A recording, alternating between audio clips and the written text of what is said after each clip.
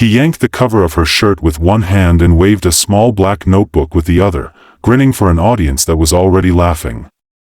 "You're gonna regret this, Emma," Jason said, loud enough for the class next door to hear. "I'll show your diary to the whole school."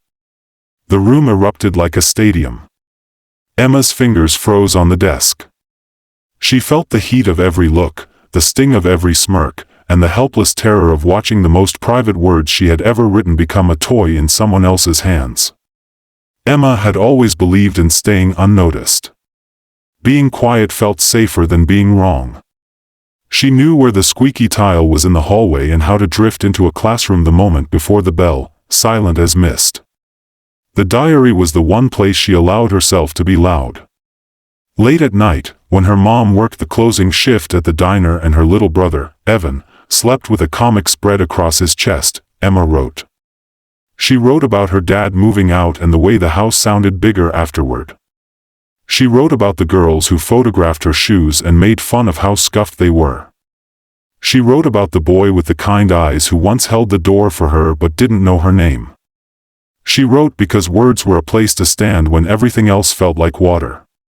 Jason didn't see a lifeline when he grabbed that diary. He saw a game. He had the kind of face that looked wholesome in photos and the kind of laugh that made teachers believe everything was just a joke. He captained the jokes the way other people captain teams, confident, practiced, always sure the crowd would follow. His friends did follow, 3 boys with loud hoodies and louder voices, and Kayla, who kept lip gloss in her pocket and cruelty on her tongue. The class wasn't cruel by nature. It was something that happened to them, like weather. When Jason stirred the air, a storm formed. That day, Emma was the one who got caught in it. "Dear Diary," Jason sang, pitching his voice high and trembling, "today I looked in the mirror and wondered why anyone would ever like me." The room cracked with laughter. Kayla clapped. Someone imitated sobbing. Emma's stomach dropped so fast it made her dizzy. She hadn't known fear could feel like falling through your own body. "Give it back," she said, and her voice sounded like a voice on the other side of a wall. "Maybe I'll read more," Jason replied, flipping a page like he was dealing a card. "Oh, this is tragic. Sometimes I sit at lunch and pretend I'm invisible so the girls who hate me don't feel like they lost." He laughed at his own performance, the same way he always did, already confident it would land. Emma looked at the door. The teacher, Ms. Larkin, had stepped out to print something. The clock's second hand jerked like a heartbeat she couldn't control. She saw faces around her, some delighted, some uncertain. She found one face that didn't look away, Noah, the quiet kid who sketched in the margins of his notes. His eyes were steady, sympathetic. It gave her exactly 1 second of courage. "That's mine," she said, standing. It felt impossible to move, but she did. "You had no right." "Relax," Jason said. "We're just having fun." "Your fun is my life," Emma said. "You don't get to use it." There was a tremble in her tone, but it wasn't surrender. It was electricity. She stepped forward and held out her hand. Jason's grin wavered. The class wasn't laughing as loudly now. The joke was beginning to feel mean even to the people who wanted to believe it wasn't. Before Jason could decide whether to escalate or back down, Ms. Larkin re-entered, arms stacked with papers, eyes squinting at the shift in the room. "What's going on?" she asked. Jason slid the diary behind his back with practiced speed. "Nothing. Group work."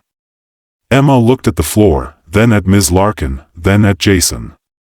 She knew she could let it pass, survive the period, and hope he tossed the diary in a trash can later. She also knew how bullies handled gifts. They kept them. They shared them. They fed on them. She inhaled and heard how shaky it sounded. "He took my diary," she said.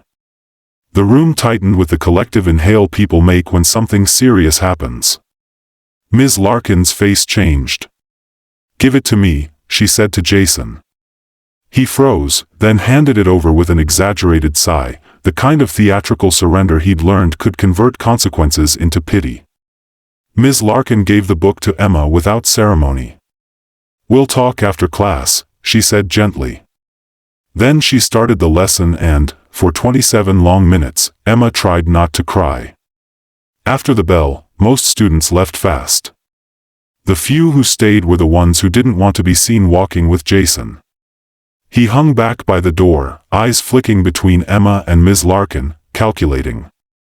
Kayla whispered, "You're so dramatic," as she passed, and Emma felt embarrassment spike through her like a second heartbeat. Noah packed slowly. He set his sketchbook in his backpack like it contained something fragile. He looked at Emma with a question she couldn't answer. "Emma," Ms. Larkin said, "are you okay?" Emma nodded, then shook her head. "I don't know." The diary felt heavier now, as if the humiliations Jason had squeezed out of it had made it dense. "I'm sorry this happened," Ms. Larkin said. "It isn't your fault. You can go to the counselor with me, or I can document it and let you decide what you want to do next. You're in control." Those words, "you're in control," landed in Emma like a small light. "Can we document it?" she asked. "Anne. I want to think." Ms. Larkin agreed.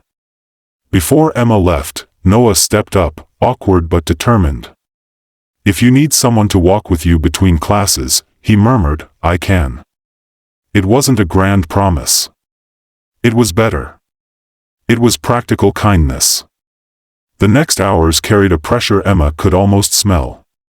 Word had already traveled faster than she could walk. She heard snatches. "Did you hear?" She snitched. "It was just a joke. I heard he read everything." In the bathroom, 2 freshmen glanced at her and then pretended to talk about lip gloss. Emma washed her hands longer than necessary, because it meant she didn't have to look at herself in the mirror. At lunch, she sat at the end of a table, as always. Noah sat across from her. He didn't look at her with pity. He unpacked his sandwich and a bag of carrot sticks and asked if she'd seen the new mural on the east stairwell. She hadn't. He told her it looked like someone had painted music into color. "It's abstract," he said, "but not pretentious." She laughed without meaning to. The sound surprised them both. When Emma got home that afternoon, the house was in its after-school quiet. Evan tossed his backpack on the floor and asked if he could play soccer with the neighbor. She said yes. She put the diary on the kitchen counter and stared at it like it had grown a shadow. Then she took it to her room, sat cross-legged on her bed, and opened it to a fresh page. "Today, you were stolen. Today, I was humiliated. Today, I didn't disappear." She wrote for an hour. She wrote about the look Jason had when he lost control of the room. She wrote about Noah's steady eyes. She wrote about Ms. Larkin saying "you're in control." She wrote herself a sentence she repeated under her breath until it sounded true: "I will decide what these pages mean." That night, her mom came home with tired feet and takeout boxes and the particular tenderness she carried when she saw her daughter bracing. Emma told her everything. Her mom's jaw tightened. "I want to protect you from all of it," she said. "But I think the best protection is making sure they can't use your story against you." "How?" Emma asked. "It's my diary." "Maybe it's time," her mom said carefully, "to choose what you share and how you share it. Not because you owe anyone your pain, but because you own it." The next morning, Emma found 2 notes folded in her locker. The first was from Kayla, a sticky note that said, "Lighten up." The second was from someone who didn't sign their name.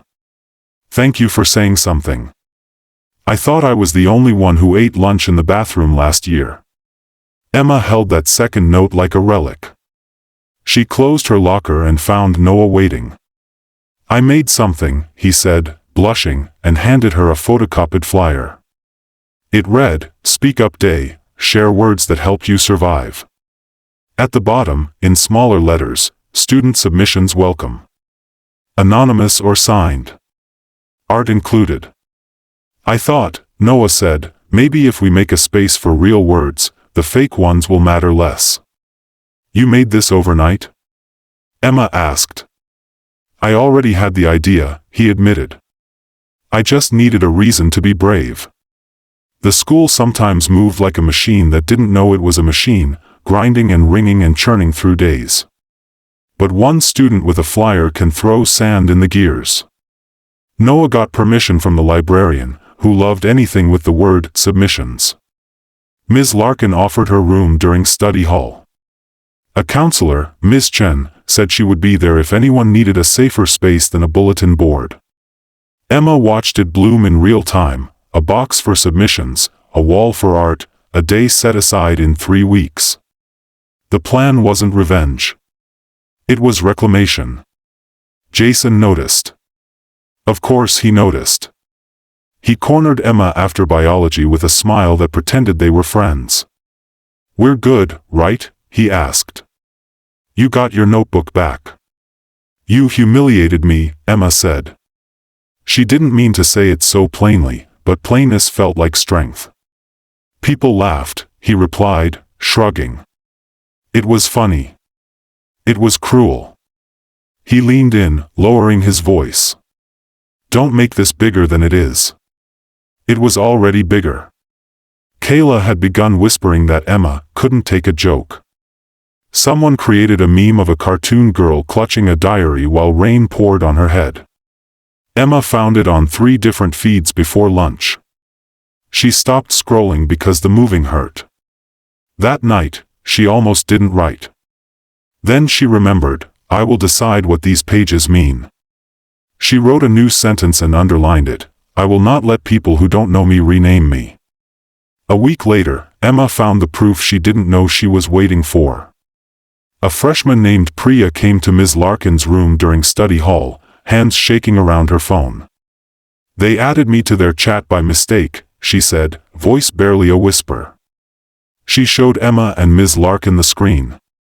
Jason and Kayla and the others were there, sharing photos, rating outfits, telling lies, crafting captions.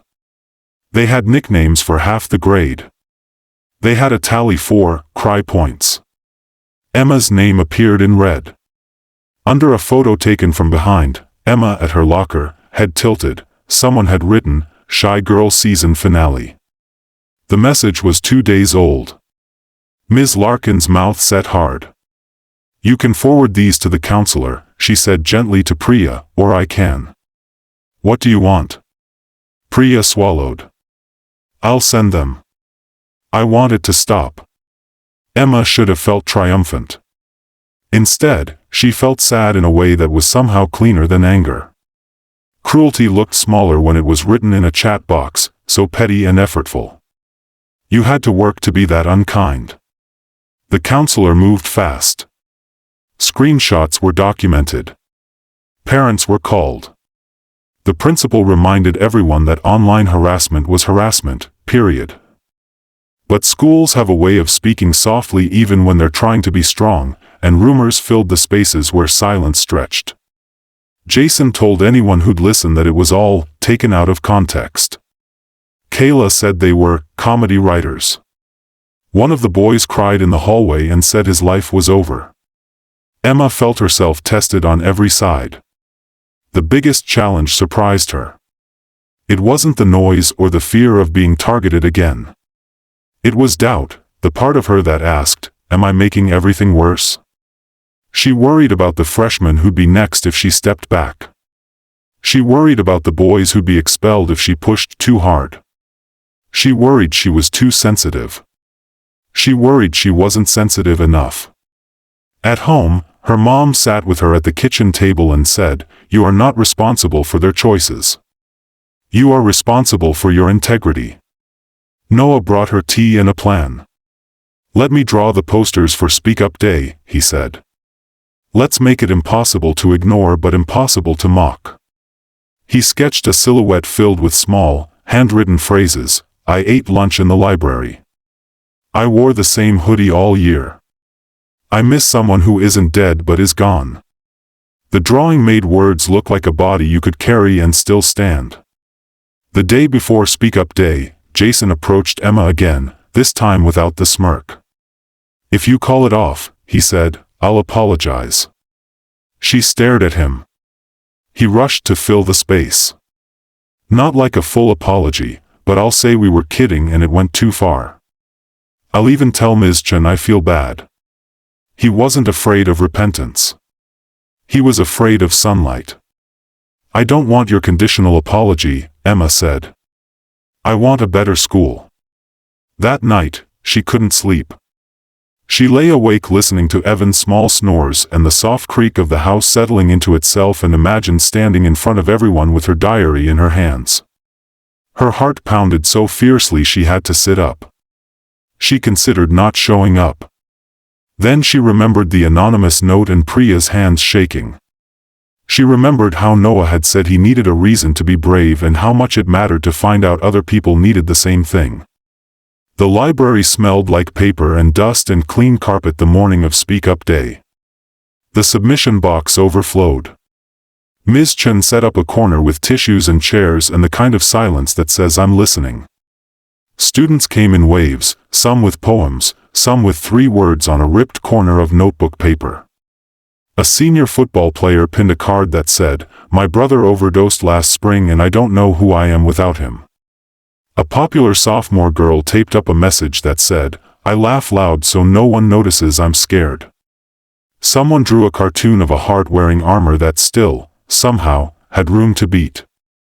Emma watched it all from the library doorway, hugging her diary, feeling something open in her chest that wasn't panic for the first time in months. The bell rang for 3rd period, the time advertised for the optional assembly in the auditorium. Optional, but the seats filled anyway. Teachers lined the aisles. The principal sat in the front row with a clipboard he didn't write on. Emma stood backstage, palms damp, knees aware of gravity. Noah squeezed her shoulder. "You don't owe them perfection," he whispered. "Just tell the truth." She walked into the light. For a breathless instant, the size of the room swallowed her. Then she found the 3rd row, center, where her mom sat with her diner uniform peeking out beneath a cardigan, eyes bright with pride and fear. She found Ms. Larkin and Ms. Chen. She found Noah. She found Priya and the freshman who ate lunch in the bathroom last year and the boy from chemistry who had once complimented her handwriting and looked surprised he'd said it. She even found Jason and Kayla, trying to appear bored and succeeding for exactly 2 seconds at a time. Emma lifted the diary. "I used to think this was a fortress," she said, and the auditorium breathed with her. "Now I think it's a window. I'm going to open it, not because I owe you my pain, but because no one gets to weaponize it against me again." She read a paragraph about sitting on her porch steps the night her dad left, the way the porch light made the moths look like they were made of paper and desperately brave. She read a paragraph about the day a girl took a photo of her shoes and sent it to a group chat with a caption that made 10 other people laugh, and how she went home and put the shoes on the back step as if they had been bad and she loved them anyway. She read a paragraph about being small and being strong not being opposites. The auditorium was so quiet that when someone coughed, it sounded like a door closing down the hall. Then she closed the diary and spoke without it. "Here are the challenges I've been facing," she said, voice steady. "I felt invisible. I was laughed at. My privacy was stolen. People online made a joke out of me. Adults wanted to help but weren't sure how. I doubted myself. I feared backlash. I worried about other kids who would be targeted next. I worried about turning into someone angry enough to become what I hate. Those are the truths. But here are other truths. Friends exist in people you didn't notice yesterday. Teachers can become anchors. Counselors can make rooms feel safe. Evidence matters. Speaking up doesn't make you dramatic, it makes you accurate. The internet is loud, but kindness is cumulative. Courage is a practice. So is cruelty. We get to choose which one we get good at." She turned, and the big screen behind her flickered to life. She hadn't wanted to share screenshots. She had wanted to keep the day about words that heal. But the chat had been a weapon, and part of disarming it was letting people see the blade. She didn't name anyone in the first image, only the content, cry points, season finale, ratings. The room's stillness changed. It wasn't awe anymore, it was anger, directed the right way. She showed a second screenshot, and a third, with usernames blurred. Then she stepped back and said, "This is what we do in the shadows. I don't want shadows in our school." A voice rang out from the audience, shaking and loud. "Show the names," someone yelled. It was the boy from the art room whose locker had been stuffed with wet paper towels until the lock rusted. Someone else shouted, "We deserve to know." The principal shifted. He was the kind of man who wanted justice without spectacle, order without rupture. Emma took a breath that felt like standing on a cliff. "I won't read all the names," she said, "because I don't want you to remember this as a day we hurt specific people. I want you to remember it as the day we stopped hurting people at all. But I will say this part out loud because silence would be a lie. Jason took my diary." Kayla helped. Their friends watched. They did it because they thought the crowd would protect them. Today, the crowd is different. The crowd was different. It gasped, then grew quiet in a way that felt like stance rather than shock. Jason looked suddenly younger in his seat. Kayla's eyes were hard, but her mouth trembled. Emma felt a flicker of pity so quick it was almost pain. "I don't want them destroyed," she said into the microphone. "I want them changed." She half expected laughter at that, or groans. Instead, something like relief crossed faces around the room, as if anger had been waiting for permission to turn into resolve. Ms. Chen stepped on stage and thanked Emma. She invited anyone who needed a space to talk to gather in the library after the assembly. The principal took the microphone and, to his credit, didn't water it down. He said, "This ends. Accountability begins today. We will do discipline and we will do repair." He looked at Jason as he spoke. He looked at Kayla. He also looked at Emma's face and, just for a second, at the ceiling, as if he wanted to thank something he couldn't name. Applause rose, not the blasting applause of a pep rally, but the kind that sounds like a promise. Emma blinked hard. She didn't want to cry on stage. She walked off into the shadowed wing where Noah waited with a water bottle and a look like someone who'd watched a storm pass. The next days were messy in the way truth is messy. Jason and his friends were suspended from sports and social privileges while the school went through its process. Kayla posted a long message that called the assembly witch hunt, then deleted it and posted a shorter one that said, "I'm sorry for the harm I caused. I didn't think about the impact of my actions. I am thinking now." Emma didn't believe the second post entirely. But she believed in the possibility that a person could grow toward the words they said. She had had to grow into "I will decide what these pages mean." Maybe other people could grow into better sentences too. A restorative circle met in the counselor's room 2 weeks later. Emma didn't want to participate at first. The idea of sitting in a circle and talking about hurt sounded like peeling a scab.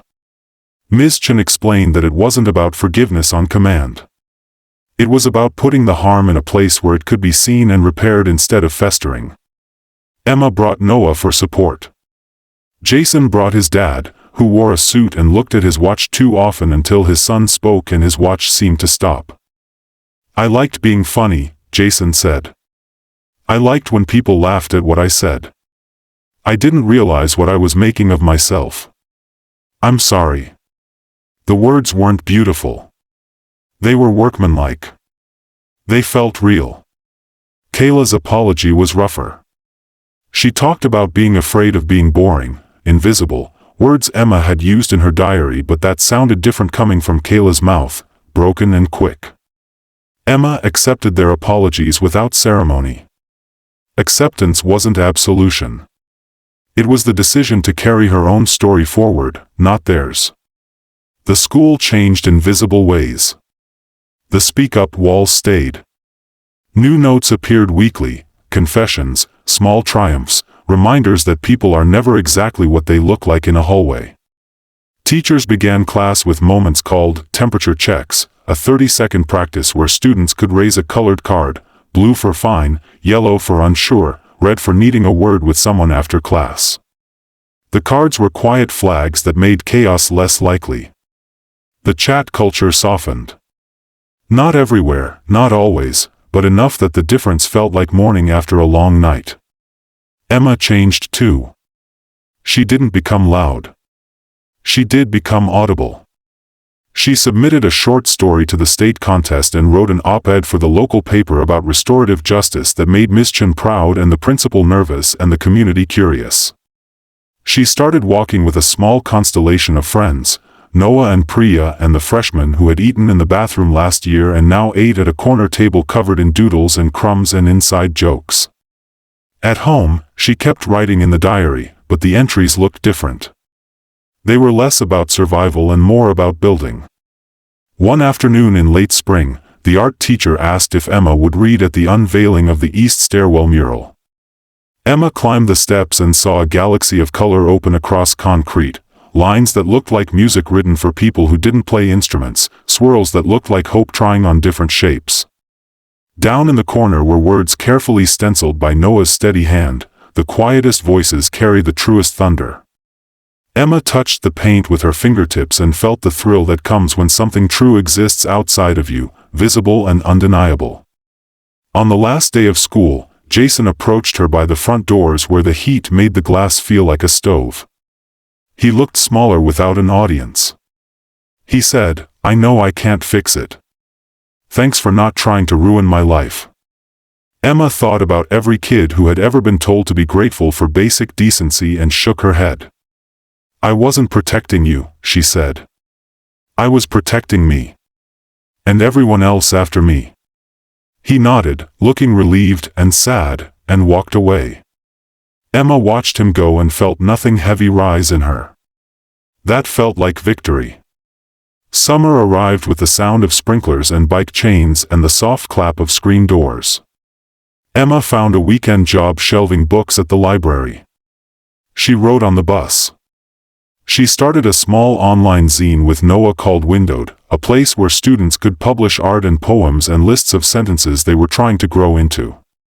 They moderated comments with a firm hand. They turned the lights on in their corner of the internet and kept them bright.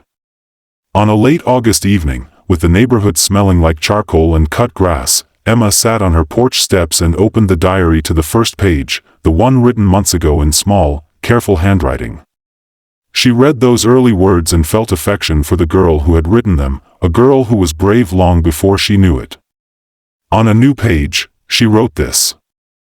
"I used to think being shy meant being weak, like silence was the same as surrender. Now I know silence can be a choice and a tool and a refuge, but it should never be a cage. When they stole my diary, they tried to write my story for me. When I read it out loud, I became the author again. When I exposed them, I wasn't out for blood, I was out for light. The school changed because many people chose the light together. I am not invisible. I am here. I am loud enough." The sun slid down behind the maple trees and the porch light clicked on, catching the moths in its glow. They beat against the air, fragile and determined. Emma smiled. The pages moved under her hand like a living thing finding its rhythm. To everyone watching this on Heartfelt Tales, I want to ask you something. Have you ever had your story taken out of your hands, by a bully, by a rumor, by a crowd that laughed first and thought later? Tell us about the moment you took it back, or tell us what you wish you had done, or tell us what you're planning to do now. Share your experience in the comments, because your truth might be the sentence someone else needs to grow toward tonight. If this story resonated with you, please like this video so more people see it, share it with someone who needs courage, and subscribe to Heartfelt Tales for more stories that honor quiet bravery and loud hope. Tap the bell so you don't miss what comes next. Your voice matters here. Your story matters here. And if you've ever felt small, remember this: the smallest spark still burns in the dark, and sometimes it's enough to change the whole room.